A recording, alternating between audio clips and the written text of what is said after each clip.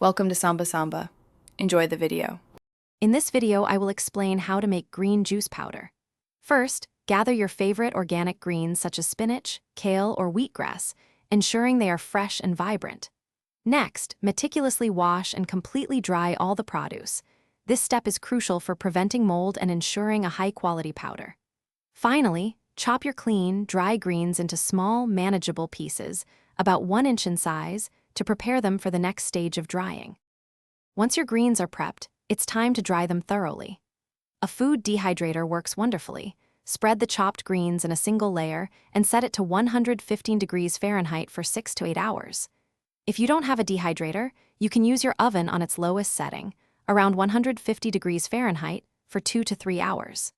The key is to ensure they are completely brittle and snap when bent, indicating all moisture is gone. Now that your greens are perfectly dry and crisp, it's time to transform them into a fine powder. Carefully transfer the brittle greens into a high-speed blender or a dedicated coffee grinder. Blend on the highest setting until you achieve a very fine, consistent powder, making sure there are no large pieces remaining.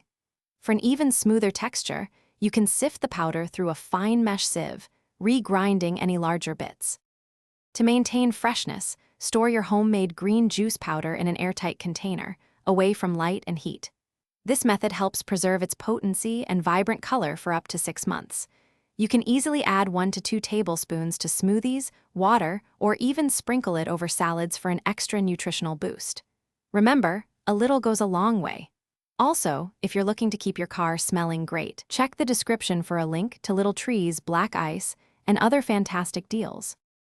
Thanks for watching. Consider subscribing if we helped you.